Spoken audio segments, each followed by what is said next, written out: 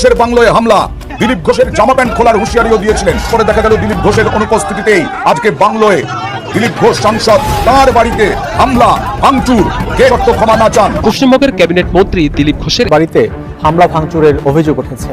বাংলাদেশ বা পাকিস্তানে গিয়ে নামাজ পড়ুন, কেউ কিচ্ছু বলবে না, তবে এখানে এসব চলবে না। বিজেপি মন্ত্রী মুসলিমদের উদ্দেশ্যে এই মন্তব্য করেছেন।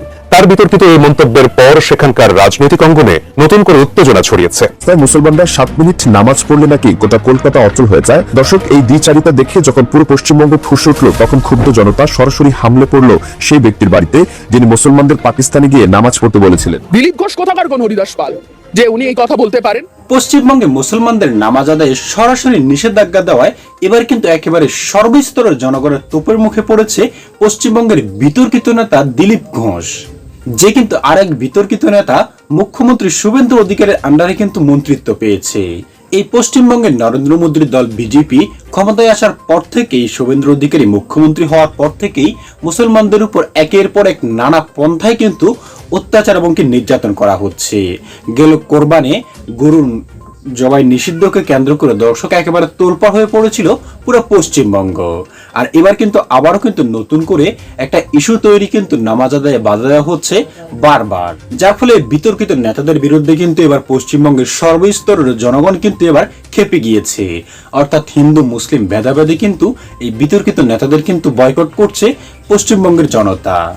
কারণ পশ্চিমবঙ্গের জনতার একটাই কথা, আমাদের মধ্যে কোনো ভেদাভেদ নেই, আমরা হিন্দু মুসলিম সকলেই কিন্তু শত শত বছর ধরে এখানে বসবাস করে আসছি। এখন যে নেতাদের আমরা ভোট দিয়ে নির্বাচিত করেছি, সেই নেতারা যদি আমাদের মধ্যে বিভেদ সৃষ্টি করতে আসে, আমরা কিন্তু কাউকে ছাড় দেব না। সম্মানিত প্রিয় দর্শক শ্রোতা, যেমনটা কিন্তু আপনারা ভিডিও শুরুতেই কিন্তু দেখতে পেয়েছেন কি পরিমাণ তোপের মুখে পড়েছে এই বিতর্কিত নেতা দিলীপ ঘোষ। আর এবার দেখবেন সব এটার বিস্তারিত একেবারে সম্পূর্ণ।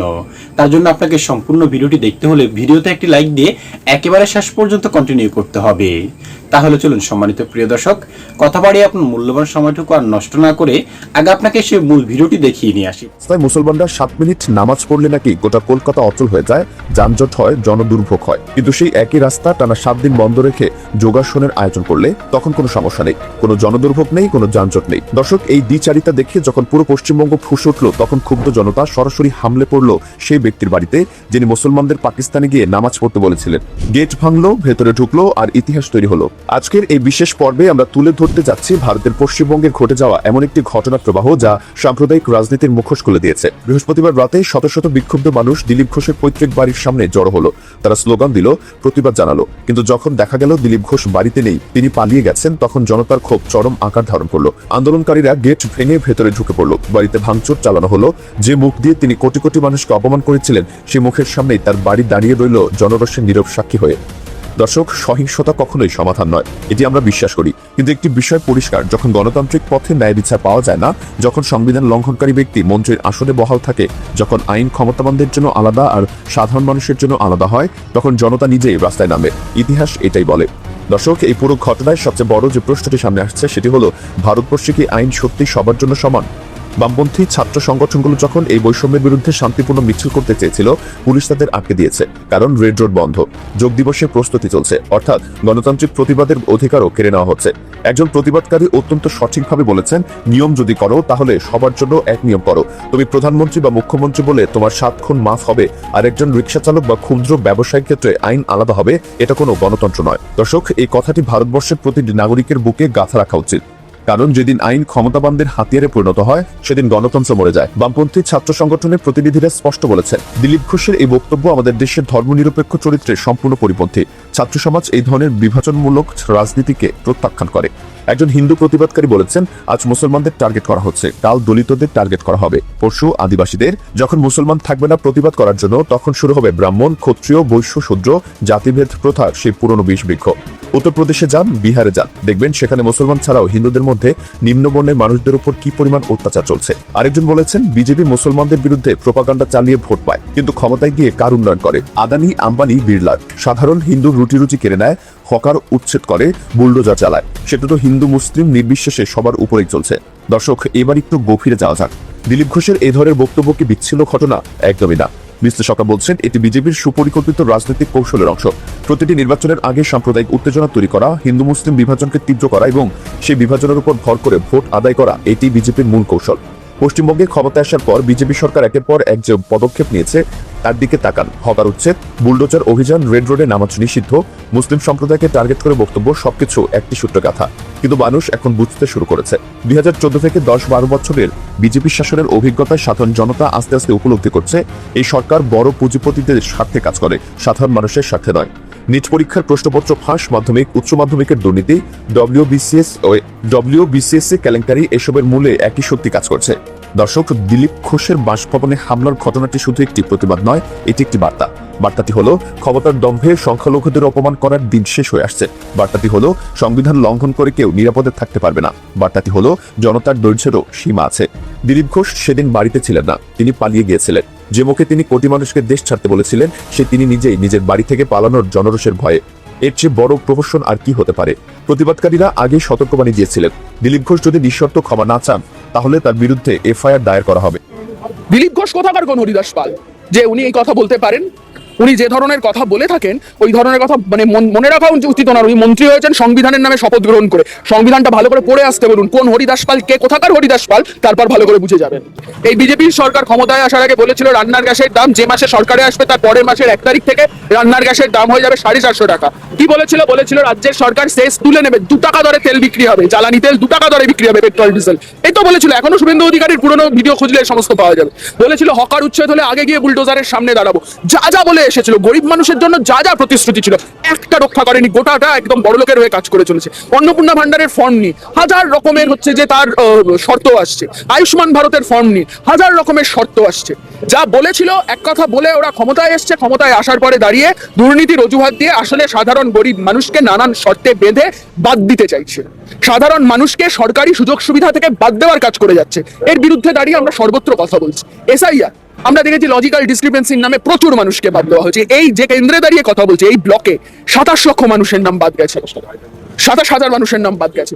এই যে 27,000 মানুষের না, 2,70,000 টোটাল ভোটার, হ্যাঁ 27,000 মানুষের নাম বাদ গেছে। এই এত মানুষ কেন হচ্ছে যে থাকবেন? এবং এই মানুষের নাম বাদ যাওয়া মানে এটা তো শুধু বাদ চলে গেল পরে কখনো ভোটার লিস্টে উঠে আসবে সেটা নয়। আমরা দেখলাম এখন বলছে যে ওই ডিটেক্ট কে হচ্ছে যে বাদ পড়লো, তারপর তাকে দাঁড়িয়ে বলছে যে ডিটেক্ট করার পরে তুমি কি কি সুবিধা পাবে আর পাবে না সেগুলো নির্দিষ্ট করা হচ্ছে, সরকারি সুযোগ সুবিধা। এবং তারপর দাঁড়িয়ে বলা হচ্ছে যে ডিলিট করা হবে তোমার নাম, আর তারপর বলা হচ্ছে ডিপোর্ট করা হবে। ভারতবর্ষের সীমান্তে হিন্দু মুসলিম নির্বিশেষে এরকম প্রচুর মানুষ পড়ে রয়েছেন, মানে ওই দুটো দেশের মাঝখানে, যাদের দাঁড়িয়ে মানে মাথার ওপর ছাদ নেই, বৃষ্টি পড়ছে, বাচ্চা নিয়ে বয়স্ক মানুষ নিয়ে মানুষগুলো ওখানে পড়ে আছেন। বলছে আমাদের দেশ কোনটা? আমরা বাঁচতে চাই, কোনো একটা দেশে আমাদেরকে নাও। এটা হচ্ছে যে আমাদের দেশের চেহারা এটা হতে পারে না। এটা রবি ঠাকুরের দেশ, দিবে আর নিবে, মিলাবে মিলিবে, যাবে না ফিরে। সেই দেশে দাঁড়িয়ে কখনো এইভাবে আমাদের গণতান্ত্রিক অধিকারকে, আমাদের যে রাষ্ট্রের কাছ থেকে আমাদের যা যা সাধারণ নাগরিকের পাওনা আছে সেই অধিকারকে কাটেল করা, এইভাবে একদম বড় লোকেদের জন্য সরকার তৈরি করা, সরকার পরিচালনা করা, এর বিরুদ্ধে দাঁড়িয়ে সিপিআইএম গোটা রাজ্য জুড়ে লড়ছে। সমর্থন সহযোগিতা ছাড়া আজকে আমরা না পার্টি অফিস খুলতে পারতাম, না আমরা আজকে মিটিং করতে পারতাম। সাধারণ মানুষের সমস্যা নিয়ে ধারাবাহিকভাবে কথা বলা, এটার ফলে সাধারণ মানুষ আমাদের সঙ্গে আছেন, আরো আসছেন, ভাষা পাচ্ছেন। আরএসএস এর আসল লক্ষ্যটা তো হচ্ছে যে সংবিধান পরিবর্তন।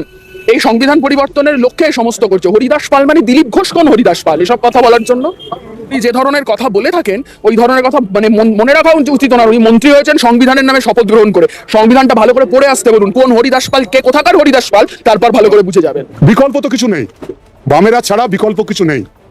রাজ্যে যারা ছিল তারা দুর্নীতিগ্রস্ত, তোলাবাজ, তারা চোর, আর যারা এসছে তারা ভয়ঙ্কর সাম্প্রদায়িক শক্তি, এবং তারা এই ধরনের তোলাবাজদেরকেই যুক্ত করে নিচ্ছে। ফলে পুরো বিজেপি তৃণমূল হয়ে যাচ্ছে, তৃণমূলের সমস্ত লোক সব বিজেপি ঢুকে গেছে। ফলে এদের দিয়ে কিছু হবে না। বামপন্থীরাই একমাত্র ভবিষ্যৎ। গরিব মানুষের কথা বামপন্থীরা বলে, সাম্প্রদায়িকতার বিরুদ্ধে বামপন্থীরা লড়ে, গরিব মানুষের হকের লড়াই বামপন্থীরা আদায় করে। আগামী দিনে বামপন্থীরা লড়াইয়ের ময়দানে থাকবে। তৃণমূল 80টা এমএলএ পেয়েছে, 20টা 26টা এমপি আছে, তা সত্ত্বেও হকার উচ্ছেদের বিরুদ্ধে, দ্রব্যমূল্য বৃদ্ধির বিরুদ্ধে, তামান্না খুনের বিরুদ্ধে, তফসিয়ায় বাড়ি ভাঙার বিরুদ্ধে বামপন্থীরা রাস্তায় আছে। তাই জন্য বামপন্থীরা আক্রান্ত হচ্ছে। সৃজন ভট্টাচার্য আক্রান্ত হয়েছে, জেলে গেছে। সুজন চক্রবর্তীর মাথা ফেটেছে। জয়রাজ ভট্টাচার্য আক্রান্ত হয়েছে। গার্গী চ্যাটার্জিরা আক্রান্ত হচ্ছে। আমরা লড়াই আছি। মানুষের ক্ষোভ যতদিন থাকবে, মানুষের আশা আকাঙ্ক্ষা যতদিন থাকবে, লাল পতাকা লড়াই ততদিন থাকবে। এটাই তো স্বাভাবিক। এরা কেউ বিজেপির বিরুদ্ধে নয়। বিজেপি তৃণমূলকে তৈরি করেছিল বিজেপি, এরা কেউ বিজেপির বিরুদ্ধে নয়, এরা ছদ্ম বিজেপির বিরুদ্ধে। আমরা সেটা বারবার বলবার চেষ্টা করেছিলাম, মানুষকে আমরা বোঝাতে পারিনি। মানুষ আজকের বুঝছে যে বিজেপির বিরুদ্ধে যে ভোট সায়নী পেল, সেই ভোট নিয়ে সে চলে গেল বিজেপিতে, সৃজন ভোট পেল না। এটা আমাদের ব্যর্থতা। আগামী দিনে মানুষ ইতিহাস থেকে শিক্ষা নেয় এবং মানুষ শিক্ষা নেবে। মানুষ বামপন্থীদের সঙ্গেই থাকবে, গরিব মানুষের লড়াইয়ের পক্ষে মানুষ থাকবে। হ্যাঁ, সম্মানিত প্রিয় দর্শক, গত 15-16 বছর যাবৎ কিন্তু বিজেপি কিন্তু পশ্চিমবঙ্গে ক্ষমতায় আসতে পারেনি।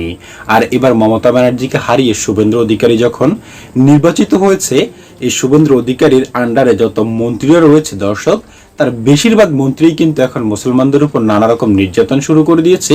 এমনকি যারা তৃণমূল কংগ্রেসের সমর্থক রয়েছে তাদের উপর কিন্তু নির্যাতন শুরু করে দিয়েছে। অর্থাৎ এই শুভেন্দু অধিকারী ক্ষমতায় এসে জনগণের তো কোনো উপকারী হচ্ছে না, সঙ্গে কিন্তু দর্শক একেবারে জনগণের পুরো স্তরে জনগণের মাঝে কিন্তু বিতর্কিত হয়ে গেছে। কারণ বিতর্কিত হবে নাই বা কেন, সকল বিতর্কিত কর্মকাণ্ডই তো করছে এই শুভেন্দু অধিকারীর যারা ক্যাবিনেটে যারা মন্ত্রী রয়েছে, সংসদ সদস্য যারা রয়েছে আর কি।